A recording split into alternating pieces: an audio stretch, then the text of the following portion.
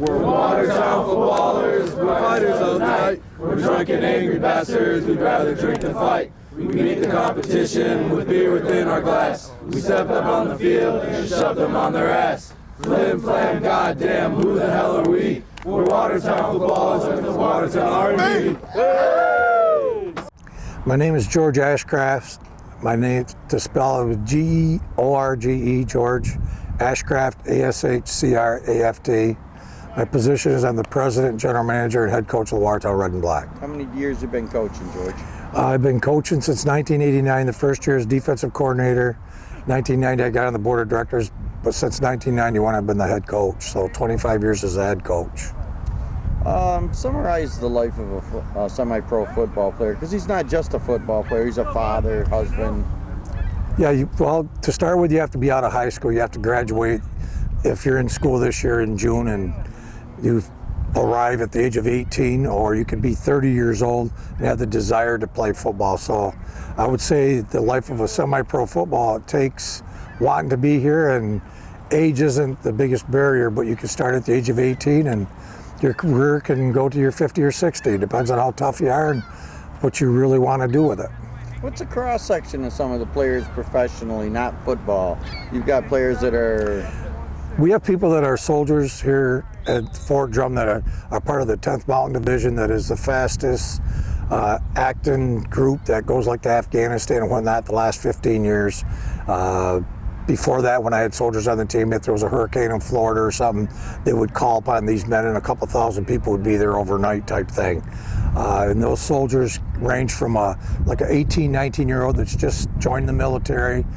They call them grunts and whatnot, but it could be up to the guy that's a medical physician that was my trainer for 10 years and by the name of Sam Verbeck, that was a part of this organization for 10 or 11 years. I've had helicopter pilots, I've had captains and first sergeants. I've had them at all different levels of the government. Locally, I've had doctors. Larry Littell, who had worked as an anesthesiologist, and he has his own practice, was 52 years old the first year he played. So it's pretty well diversified. It can be anybody. From Canada, everywhere. Yes, I've had them from different countries come in and play, yes. How do you feel about the Red and Black and its history? I know it's really important to you. I was born and raised here to begin with, and I loved football as a kid. I've met so many just down-to-earth, great people that had played in my era of time since 1973 when I graduated from high school, and it was very, very, those people that were friends then are still friends today, 40-some years later. I've met people that played in the 50s at different restaurants and whatnot here in town, from the players to their own families. One great instance would be Pat Killorn, who played for the Pittsburgh Steelers in 1965. That was a high school graduate here in Watertown, played 4 years at SU and was an All-American. I met his mother when she was about 83 in a restaurant, and she bragged about her son in his playing days here even. And it just, you never know who you're going to bump into. It looks so good when you get it all together and the players play so well. But what are some of the difficulties or hurdles that you in keeping a semi-pro team alive and continuing in every year for this amount of time? Well, it's the players themselves, they're all working men, a job can take a guy away from you for a week, or it could be for a season or for the rest of his career. Like today's our first practice, we have 30-some men here. Within the next couple of weeks, we'll have 60-some, 70-some, because it's football and everybody wants to say they can play on this team. That part of it gets tough in regards to the players themselves. The confident ones are never unconfident. But you got a new guy that's very, very good, and he is as a coach looking at him, but he might walk away for fear that he's not going to be able to play because he thinks somebody's better than he is. That guy you can never touch again, because once he's gone, they don't come back. They usually stay away. So you just base that, it's a numbers game. The financial aspects, we try to address the people so they all look like a football player. We dress them for success, and that being said, we are successful from doing that, where other organizations have folded by not doing that. And starting Tuesday, every player on this field will have on either a red jersey or a black jersey. You're either offense or your defense, or you're in between, and if you're a tweener, you have a red one and a black one, because it might change on a weekly basis on where you might land to be a part of this. So you played the game. Why did guys keep doing it? I'm a lot like the person that you interviewed before. I'm a defensive guy, and I believe in the snot bubble rule that once you produce that on somebody, it's football. If you have done that to anybody once in your life, it's a true legal way of getting rid of some real good frustrations. And usually athletic people have got to have a release, and this is just one of the greatest releases for an adult male that has ever been derived in the athletic world. I love it. Have the Red and Black always played at fairgrounds? For the most part, they've played around the city. I think when in the earlier years, before the fairgrounds was really thought of as what it is and has been for 100 years, I think they played like at North Junior. I think they played at Watertown High School. So they've played around the city area on different fields, but at some point in time in the early 1900s, they called the Watertown Fairgrounds the Alex Duffy Fairgrounds, and this was their home. It wasn't always set up for football. What have you had to go through to get the field ready, the lights, the grandstands, the things that make it your home?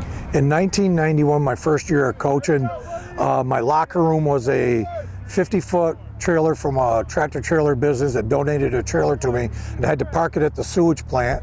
So on 90-degree days, when you opened up the doors down by the sewage plant in that nice metal box, you found out what living next to a sewer could be. But that was the beginning, and Niagara Mohawk had donated some poles, and lights came off the old baseball field when they redid the baseball field. So about 3 years of watching these poles set in the ditch, I requested through one of my friends at Niagara Mohawk if he could hook them up, and he hooked everything up. They sent in a crew, and we had it done in about 6 hours. So since then, we've had lights. This became our home. The following summer, we started playing our home games here in 1995, and we have ever since, and hopefully for many, many more years to come. This has turned into a family affair for you. I mean, explain how and in what ways. Well, I was married when I was a senior in high school, and the day I graduated from high school on Sunday, the 25th, in 1973, the next night I came to my first football practice. My high school social studies teacher was a 6'6", 350-pound man that said he thought I was tough enough to do it, and so I gave it a whirl. And I knew that first practice, as I said, we got our helmet and shoulder pads handed to us, and there was 35, 40 very raw boned men. And back in those days, I had a handlebar mustache. I had hair, believe it or not, and everybody did. And we just that first practice, just hitting people. They were men, and I hung in there with the men. It was an experience, and it's not hard to explain, and it's a lot easier to show them, and to show people what it's all about. And that's what I keep trying to do. Big or small, I don't judge a person by their physical size, their race. This is a football team. It takes all different size. It takes all different colors. It's football, and we don't discriminate against anything. You deem whether you're tough enough. So in other words, if you can play football, you're a football player no matter what. Yes, and like I said, the physical size. When I played, 40 years ago, middle linebackers were all 5'8", 5'9", weighed 190. Today they're all 6'4" and weigh 240. It's incredible the physical size of men today and what their abilities are in comparison. Here we are in the how many 100th year? 120th season of Red and Black football. Well, this is the 120th season. I can't say it hasn't started over and over and over again. So what's new for the future for the Red and Black? Hopefully new jerseys, another league championship. That's our goals this year right now. We're working on giving ourselves a fresh look with a jersey. Again, it goes dressing for success.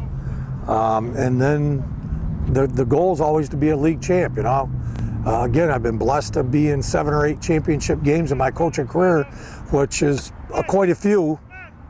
The league we play in has got the three oldest running teams in the nation.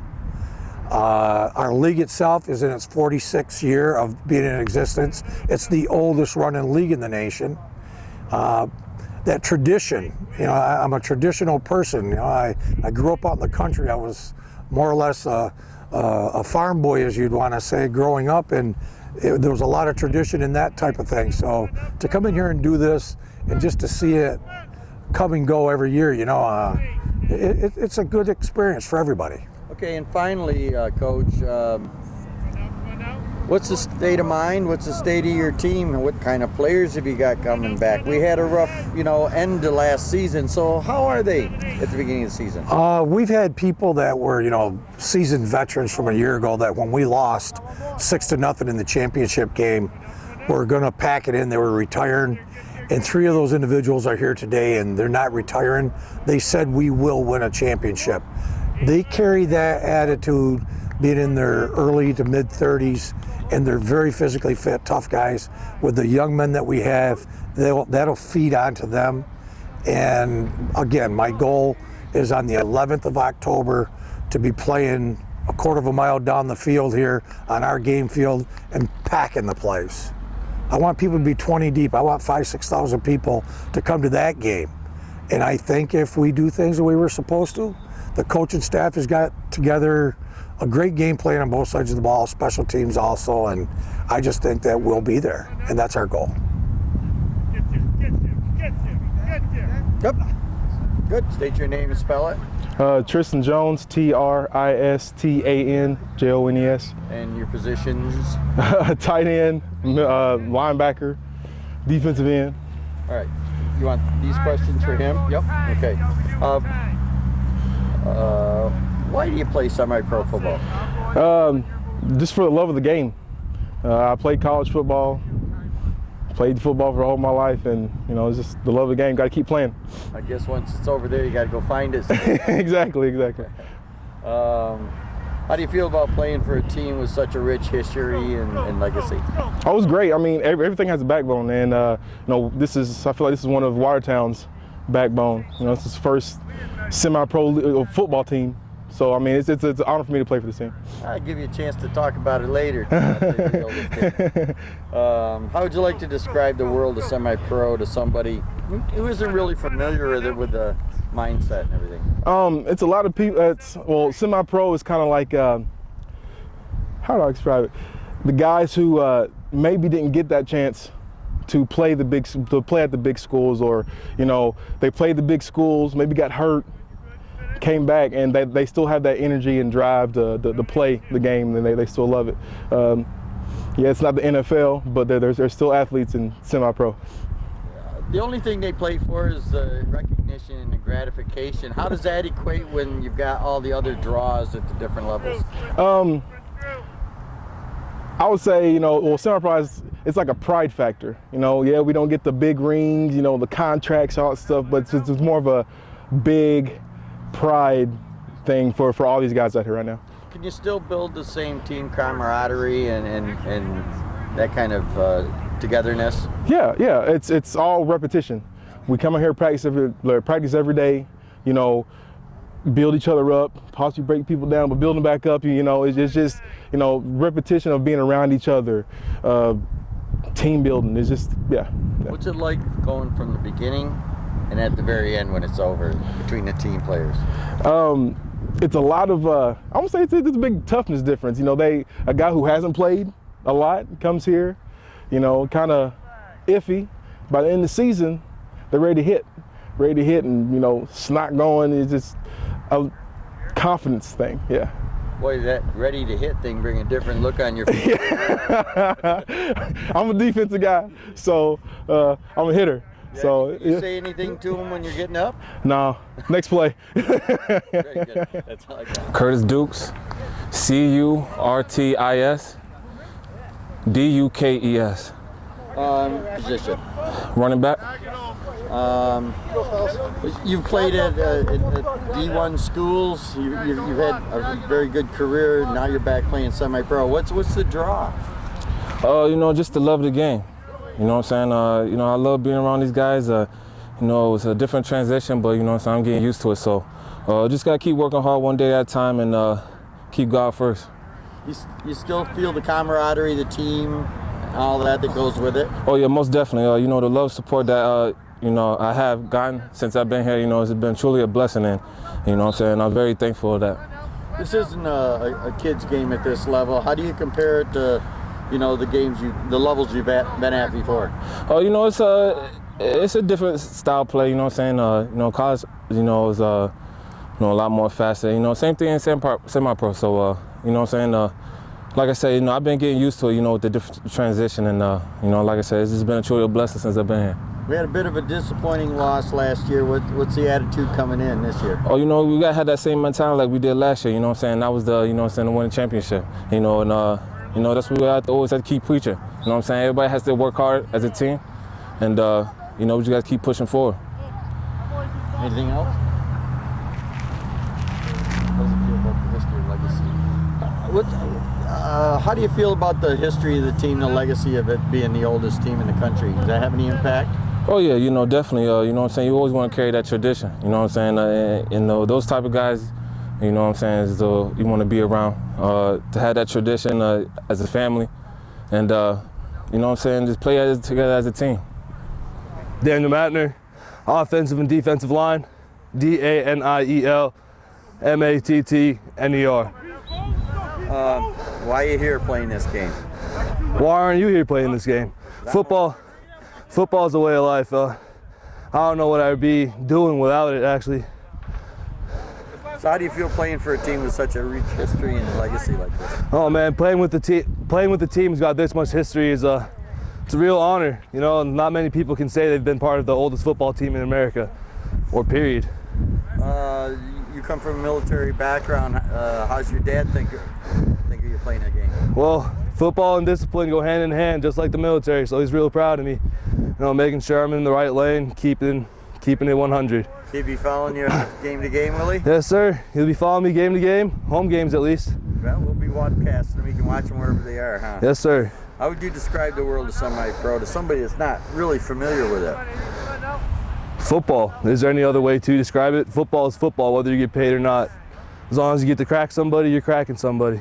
You're one of those guys that likes to hit, huh? Yes, sir. Yes, sir. Does it allow you to make new friends, camaraderies, acquaintances, and then you bind it up throughout the season? Yeah, well, I think in any football team, there's going to be companionship and camaraderie. You depend on everybody the same way they depend on you. If one guy messes up, the whole team messes up. There's no individual efforts. So it's a lot of like the military philosophies. You watch your back, you watch your buddy. Yes, sir. Someone's always got to have your 6, as long as you watch your 12. What do you think? Did you play last year? Yes, sir. Returning this year. I'm trying to break my helmet in half this year. You go back and get that championship locked down. Oh, you know it. You know it. We're going back for blood. That's a rough way to end it, isn't it? It's a rough way to end it. It just makes us even more pissed for this season. And we're gonna get it this year. Mike Dumas, MikeDumaw, inside linebacker. All right, look over here when you talk. Why are you still playing the game? I don't know, I ended last year. I could still move around pretty good, and sitting around this spring, just felt like getting out and getting moving again. No, there's got to be a draw to this game that pulls you out of the chair, let's face it.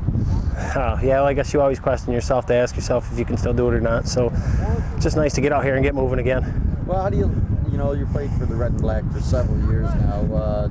How's the history and the legacy of the team play into that? Well, everybody, we're usually one of the top teams in the EFL almost every year. So there's definitely a lot of things the guys out here have to live up to.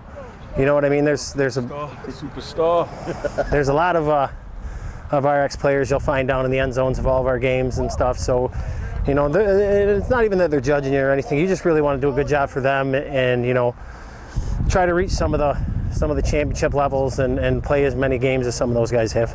This is the only place though that you can really get that kind of intensity out, isn't it? Yeah, I mean they've got hockey and some other things around here, but. No, personally, I'm talking about. You just can't go out and just hit and do things like that. Yeah, it's not for everybody, but for the select few, this is one of the only places you can come out and get rid of some of that animosity that you have built up. Yep. How would you explain this to somebody that's really not familiar with semi-pro football? Oh, it's just a bunch of guys collected from a bunch of different backgrounds, different areas, all coming together for just because they like the game of football. They're not out here to be superstars or anything. Just out here, everybody's working together to be the best team that we possibly can. First practice, how do you gauge the attitude of the guys coming in? It's kind of hard to gauge that early on. I think you need to develop somewhat of a chemistry, and then once you see what kind of chemistry you have, and then decide, and take action on where you should go from there. I mean, you never really know on the first day. I mean, everybody's out here, everybody's heard stories about everybody else, and it's just, now it's time to get out here, show everybody what you can do, and once we find out the chemistry we have, we'll go from there. Well, you look like you're ready and happy to be back, so good. I love playing. Thanks, Mike. Thanks, sweet man. And Mike. Hey. Joe Brennan, running back. JOEBRENNAN. Okay. Why are you still playing semi-pro football? I mean, what's the draw? It's for the love of the game. The thrill of being out here, the meeting new people, the tradition of the red and black is it's all of the above, really. I mean, it's a joy to be able to still play the game that we love. Just no place else to get this kind of thing, is there? There's really not. How do you feel about playing for a team that's got such a rich history and legacy? The tradition here is tremendous, and playing for it and being a part of it is an honor. I mean, going back to 1896 to now is remarkable, and to be a part of that for the last 8 years for me, I'm truly blessed. How would you try to explain it to somebody that just doesn't understand it, that's never played the game? I'd explain it as it's a family. You're not only out here getting to play the game you love, but it's a family. You really get to meet new people every year, and friendships that will last forever. Yeah, you got a lot of brothers above the mothers. Huh? Absolutely. Let me see. What do you think? Do you think last year ended in such a bad way is going to be a motivator for this year? I think we got to have guys show up to practice, be motivated all the way through so we could finish. We lost a heartbreaker 6-0, and we were in the game all the way through. Really no excuses. They just played better than us that day. For us to get better, we have to be out here every day getting better. So, what's Joe Brennan doing? Joe Brennan? To get better. Me? Work ethic. Everybody, I hope, can have that work ethic, working hard in the gym, putting that extra effort in every day, not only Tuesday, Thursdays at practice, but every day of the week. It's what makes or break a champion. How do you feel about your team? The team so far, first day, it's really hard to tell, but if it's anything like any other year, guys will be here. We'll get going by the time games come. Jerry Levine, offensive coordinator, Jerry, Levine. Okay, your occupation and your position. I'm a physical education instructor in the Watertown School District for 32 years. I've also been a coach in the Watertown School District. And I've been offensive coordinator here for the last 3 years, and I've been with the organization for many years before that. They want your age, but they can get that on their own. I'm 57. All right.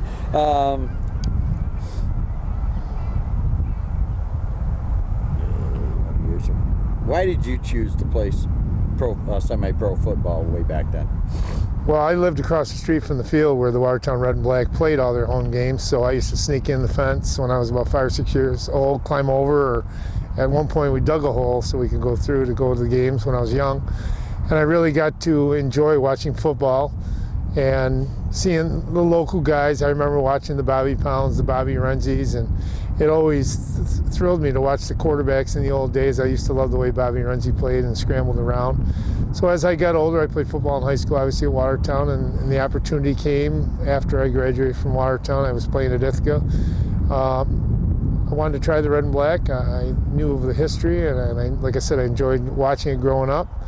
I got involved with it, played a year at tight end, and then I moved to quarterback my second year and had a decent season, and it just went from there. And again, like I said, I played with a bunch of great guys. We had a lot of fun, not just as football players, but as friends, and it was more than just football. It was a camaraderie that we had amongst ourselves, and it's carried on to this day. Some of those guys are still real good friends and hang out with, and it's been a godsend being part of the Red and Black.